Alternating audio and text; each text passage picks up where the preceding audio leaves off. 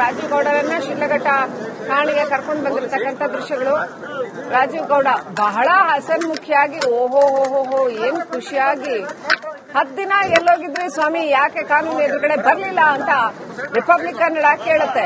ಇಷ್ಟೆಲ್ಲ ಹಿಂದೆ ಬಿದ್ದು 14 ದಿನಗಳ ಮಟ್ಟಿಗೆ ಪೊಲೀಸರು ಹುಡುಕಿದ ಮೇಲೆ ಬೇಲ್ ರಿಜೆಕ್ಟ್ ಆದ್ಮೇಲೆ ಈಗ ಅರೆಸ್ಟ್ ಆಗಿದ್ದಾರೆ. ರಾಜೀವ್ ಗೌಡನನ್ನ ಕರ್ಕೊಂಡು ಬರಲಾಗ್ತಾ ಇದೆ ಶಿಡ್ಲಘಟ್ಟ ಪೊಲೀಸ್ ಠಾಣೆಗೆ.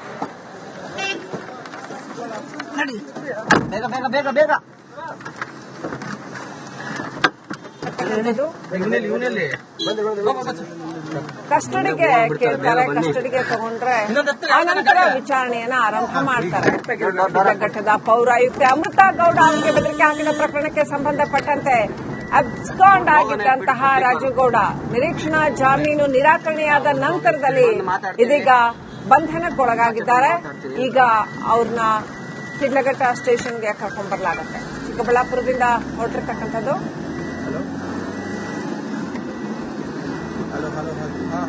ಎಸ್ಪಿ ಚಿಕ್ಕಬಳ್ಳಾಪುರ ಎಸ್ಪಿ ಕುಶಲ್ ಚೋಕ್ಸಿ ಅವರು ಈಗಷ್ಟೇ ಪ್ರೆಸ್ ಮೀಟ್ ಕರೆದು ಈ ಕುರಿತಾದ ಡೀಟೇಲ್ಸ್ ನ ಶೇರ್ ಮಾಡಿದ್ರು, ಏನೇನು ಪ್ರೊಸೀಜರ್ ಇರುತ್ತೆ ಅಂತ. ಪೊಲೀಸ್ ಗೆಸ್ಟ್ ಹೌಸ್ ನಲ್ಲಿ ನಿನ್ನೆ ಚಿಕ್ಕಬಳ್ಳಾಪುರ ಪೊಲೀಸ್ ಗೆಸ್ಟ್ ಹೌಸ್ ನಲ್ಲಿ ಇವರನ್ನ ಉಳಿಸಿಕೊಳ್ಳಲಾಗಿತ್ತು. ಇವತ್ತು ಸ್ಟೇಷನ್ಗೆ ಹಾಜರುಪಡಿಸ್ತಾರೆ. ಆದ್ರೆ ಅದಕ್ಕಿಂತ ಮೊದಲು ಮ್ಯಾಜಿಸ್ಟ್ರೇಟ್ ಎದುರು ಹಾಜರುಪಡಿಸಿ ವಶಕ್ಕೆ ಪಡಿಬೇಕಾಗತ್ತೆ, ಮೆಡಿಕಲ್ ಚೆಕಪ್ ಆಗಬೇಕಾಗತ್ತೆ. ಏನೇನಿರುತ್ತೆ ಹಾಗಾದ್ರೆ ರಾಜೀವ್ ಗೌಡ ಮುಂದಿನ ಕಾನೂನು ಪ್ರಕ್ರಿಯೆ? ಕರ್ಕೊಂಡು ಹೋಗ್ತಾ ಇರೋದನ್ನ ನೋಡ್ತಾ ಇದ್ರಿ ಪೊಲೀಸರು.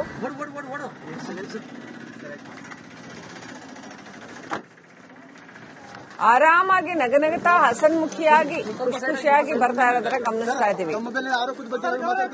ಶಿಡ್ಲಘಟ್ಟ ಪೌರಾಯುಕ್ತೆಗೆ ಬೇಕಾಬಿಟ್ಟಿಯಾಗಿ ಧಮಕಿ ಹಾಕಿ ಆನಂತರ ವಿರೋಧ ವ್ಯಕ್ತವಾದ ನಂತರ ಎಫ್ಐಆರ್ 2 ಎಫ್ಐಆರ್ ಫೈಲ್ ಆದ ಮೇಲೆ ಅಬ್ಸ್ಕಾಂಡಿಂಗ್ ಆಗಿದ್ದಂತಹ ರಾಜೀವ್ ಗೌಡನನ್ನ ಇದೀಗ ಪೊಲೀಸರು ಬಂಧಿಸಿ ಕರ್ಕೊಂಡ್ ಬರ್ತಾ ಇದ್ದಾರೆ.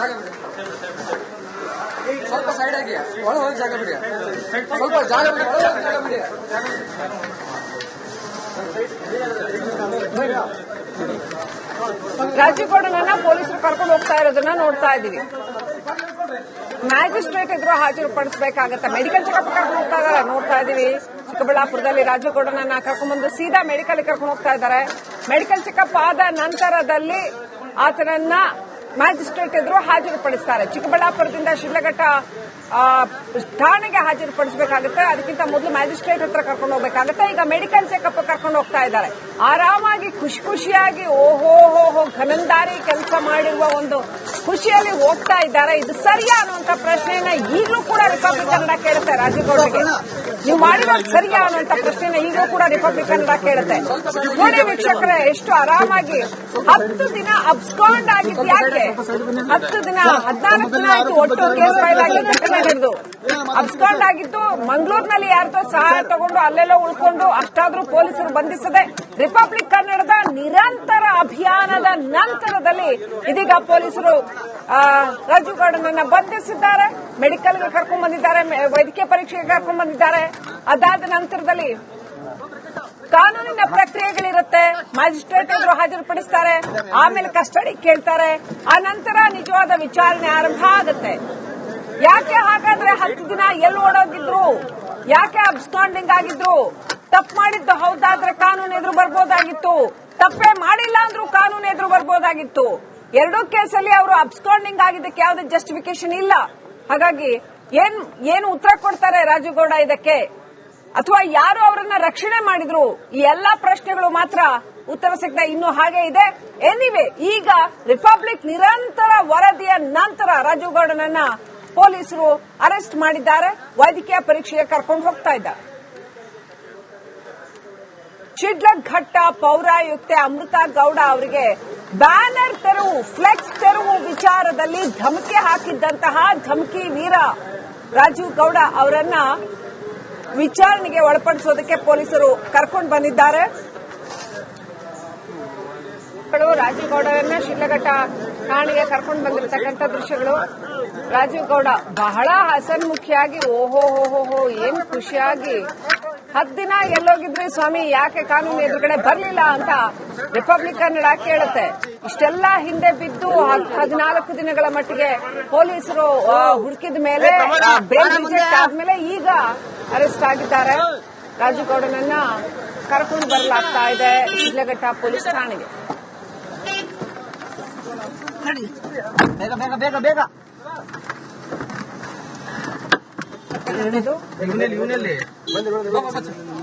ಕಸ್ಟಡಿಗೆ ಕೇಳ್ತಾರೆ. ಕಸ್ಟಡಿಗೆ ತಗೊಂಡ್ರೆ ಆನಂತರ ವಿಚಾರಣೆಯನ್ನ ಆರಂಭ ಮಾಡ್ತಾರೆ. ಶಿಡ್ಲಘಟ್ಟದ ಪೌರಾಯುಕ್ತೆ ಅಮೃತಾ ಗೌಡ ಅವರಿಗೆ ಬೆದರಿಕೆ ಹಾಕಿದ ಪ್ರಕರಣಕ್ಕೆ ಸಂಬಂಧಪಟ್ಟಂತೆ ಅಬ್ಸ್ಕಾಂಡ್ ಆಗಿದ್ದಂತಹ ರಾಜುಗೌಡ ನಿರೀಕ್ಷಣಾ ಜಾಮೀನು ನಿರಾಕರಣೆಯಾದ ನಂತರದಲ್ಲಿ ಇದೀಗ ಬಂಧನಕ್ಕೊಳಗಾಗಿದ್ದಾರೆ. ಈಗ ಅವ್ರನ್ನ ಶಿಡ್ಲಘಟ್ಟ ಸ್ಟೇಷನ್ಗೆ ಕರ್ಕೊಂಡ್ ಬರಲಾಗುತ್ತೆ. ಚಿಕ್ಕಬಳ್ಳಾಪುರದಿಂದ ಹೊರಟಿರ್ತಕ್ಕಂಥದ್ದು.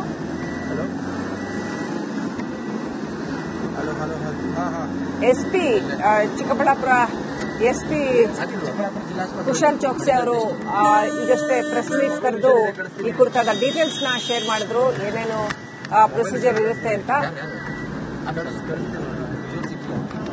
ಪೊಲೀಸ್ ಗೆಸ್ಟ್ ಹೌಸ್ ನಲ್ಲಿ ನಿನ್ನೆ ಚಿಕ್ಕಬಳ್ಳಾಪುರ ಪೊಲೀಸ್ ಗೆಸ್ಟ್ ಹೌಸ್ ನಲ್ಲಿ ಇವರನ್ನ ಉಳಿಸಿಕೊಳ್ಳಲಾಗಿತ್ತು. ಇವತ್ತು ಸ್ಟೇಷನ್ಗೆ ಹಾಜರುಪಡಿಸ್ತಾರೆ. ಅಂದ್ರೆ ಅದಕ್ಕಿಂತ ಮೊದಲು ಮ್ಯಾಜಿಸ್ಟ್ರೇಟ್ ಎದುರು ಹಾಜರುಪಡಿಸಿ ವಶಕ್ಕೆ ಪಡಿಬೇಕಾಗುತ್ತೆ, ಮೆಡಿಕಲ್ ಚೆಕಪ್ ಆಗಬೇಕಾಗುತ್ತೆ. ಏನೇನಿರುತ್ತೆ ಹಾಗಾದ್ರೆ ರಾಜುಗೌಡ ಮುಂದಿನ ಕಾನೂನು ಪ್ರಕ್ರಿಯೆ? ಕರ್ಕೊಂಡು ಹೋಗ್ತಾ ಇರೋದನ್ನ ನೋಡ್ತಾ ಇದ್ರಿ ಪೊಲೀಸರು.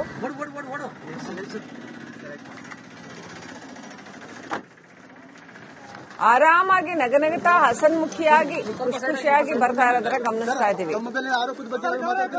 ಶಿಡ್ಲಘಟ್ಟ ಪೌರಾಯುಕ್ತೆಗೆ ಬೇಕಾಬಿಟ್ಟಿಯಾಗಿ ಧಮಕಿ ಹಾಕಿ ಆನಂತರ ವಿರೋಧ ವ್ಯಕ್ತವಾದ ನಂತರ ಎರಡೆರಡು ಎಫ್ಐಆರ್ ಫೈಲ್ ಆದ ಮೇಲೆ ಅಬ್ಸ್ಕಾಂಡಿಂಗ್ ಆಗಿದ್ದಂತಹ ರಾಜುಗೌಡನನ್ನ ಇದೀಗ ಪೊಲೀಸರು ಬಂಧಿಸಿ ಕರ್ಕೊಂಡ್ ಬರ್ತಾ ಇದ್ದಾರೆ.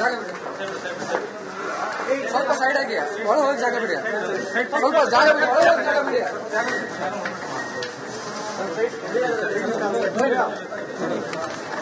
ರಾಜುಗೌಡನನ್ನ ಪೊಲೀಸರು ಕರ್ಕೊಂಡು ಹೋಗ್ತಾ ಇರೋದನ್ನ ನೋಡ್ತಾ ಇದ್ದೀವಿ. ಮ್ಯಾಜಿಸ್ಟ್ರೇಟ್ ಎದುರು ಹಾಜರುಪಡಿಸಬೇಕಾಗತ್ತೆ. ಮೆಡಿಕಲ್ ಚೆಕಪ್ ಕರ್ಕೊಂಡು ಹೋಗ್ತಾ ಇದ್ದಾರೆ ನೋಡ್ತಾ ಇದ್ದೀವಿ. ಚಿಕ್ಕಬಳ್ಳಾಪುರದಲ್ಲಿ ರಾಜುಗೌಡನನ್ನ ಕರ್ಕೊಂಡ್ಬಂದು ಸೀದಾ ಮೆಡಿಕಲ್ ಕರ್ಕೊಂಡು ಹೋಗ್ತಾ ಇದ್ದಾರೆ.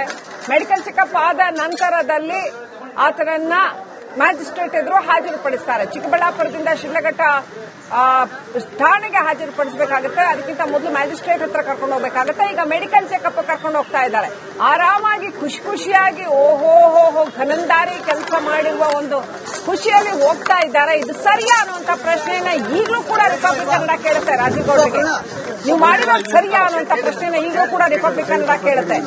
ನೋಡಿ ವೀಕ್ಷಕರೇ, ಎಷ್ಟು ಆರಾಮಾಗಿ 10 ದಿನ ಅಬ್ಸ್ಕಾಂಡ್ ಆಗಿದ್ದು ಯಾಕೆ? 10 ದಿನ 14 ದಿನ ಆಯ್ತು ಒಟ್ಟು ಕೇಸ್ ಫೈಲ್ ಆಗಿ ಘಟನೆ ನಡೆದು. ಅಬ್ಸ್ಕಾಂಡ್ ಆಗಿದ್ದು ಮಂಗಳೂರಿನಲ್ಲಿ ಯಾರ್ದೋ ಸಹಾಯ ತಗೊಂಡು ಅಲ್ಲೆಲ್ಲೋ ಉಳ್ಕೊಂಡು ಅಷ್ಟಾದ್ರೂ ಪೊಲೀಸರು ಬಂಧಿಸದೆ ರಿಪಬ್ಲಿಕ್ ಕನ್ನಡದ ನಿರಂತರ ಅಭಿಯಾನದ ನಂತರದಲ್ಲಿ ಇದೀಗ ಪೊಲೀಸರು ರಾಜುಗೌಡನನ್ನ ಬಂಧಿಸಿದ್ದಾರೆ. ಮೆಡಿಕಲ್ಗೆ ಕರ್ಕೊಂಡ್ ಬಂದಿದ್ದಾರೆ, ವೈದ್ಯಕೀಯ ಪರೀಕ್ಷೆಗೆ ಕರ್ಕೊಂಡ್ ಬಂದಿದ್ದಾರೆ. ಅದಾದ ನಂತರದಲ್ಲಿ ಕಾನೂನಿನ ಪ್ರಕ್ರಿಯೆಗಳಿರುತ್ತೆ. ಮ್ಯಾಜಿಸ್ಟ್ರೇಟ್ ಎದುರು ಹಾಜರುಪಡಿಸ್ತಾರೆ, ಆಮೇಲೆ ಕಸ್ಟಡಿ ಕೇಳ್ತಾರೆ, ಆ ನಂತರ ನಿಜವಾದ ವಿಚಾರಣೆ ಆರಂಭ ಆಗುತ್ತೆ.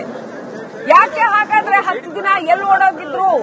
ಯಾಕೆ ಅಬ್ಸ್ಕಾಂಡಿಂಗ್ ಆಗಿದ್ರು? ತಪ್ಪು ಮಾಡಿದ್ದು ಹೌದಾದ್ರೆ ಕಾನೂನು ಎದುರು ಬರ್ಬೋದಾಗಿತ್ತು, ತಪ್ಪೇ ಮಾಡಿಲ್ಲ ಅಂದ್ರೂ ಕಾನೂನು ಎದುರು ಬರ್ಬೋದಾಗಿತ್ತು. ಎರಡೂ ಕೇಸಲ್ಲಿ ಅವರು ಅಬ್ಸ್ಕಾಂಡಿಂಗ್ ಆಗಿದ್ದಕ್ಕೆ ಯಾವುದೇ ಜಸ್ಟಿಫಿಕೇಶನ್ ಇಲ್ಲ. ಹಾಗಾಗಿ ಏನು ಉತ್ತರ ಕೊಡ್ತಾರೆ ರಾಜುಗೌಡ ಇದಕ್ಕೆ? ಅಥವಾ ಯಾರು ಅವರನ್ನ ರಕ್ಷಣೆ ಮಾಡಿದ್ರು? ಈ ಎಲ್ಲಾ ಪ್ರಶ್ನೆಗಳು ಮಾತ್ರ ಉತ್ತರ ಸಿಗದೆ ಇನ್ನೂ ಹಾಗೆ ಇದೆ. ಎನಿವೆ, ಈಗ ರಿಪಬ್ಲಿಕ್ ನಿರಂತರ ವರದಿಯ ನಂತರ ರಾಜುಗೌಡನನ್ನ ಪೊಲೀಸರು ಅರೆಸ್ಟ್ ಮಾಡಿದ್ದಾರೆ. ವೈದ್ಯಕೀಯ ಪರೀಕ್ಷೆಗೆ ಕರ್ಕೊಂಡು ಹೋಗ್ತಾ ಇದ್ದಾರೆ. ಶಿಡ್ಲಘಟ್ಟ ಪೌರಾಯುಕ್ತೆ ಅಮೃತಾ ಗೌಡ ಅವರಿಗೆ ಬ್ಯಾನರ್ ತೆರವು, ಫ್ಲೆಕ್ಸ್ ತೆರವು ವಿಚಾರದಲ್ಲಿ ಧಮಕಿ ಹಾಕಿದ್ದಂತಹ ಧಮಕಿ ವೀರ ರಾಜೀವ್ ಗೌಡ ಅವರನ್ನ ವಿಚಾರಣೆಗೆ ಒಳಪಡಿಸೋದಕ್ಕೆ ಪೊಲೀಸರು ಕರ್ಕೊಂಡು ಬಂದಿದ್ದಾರೆ.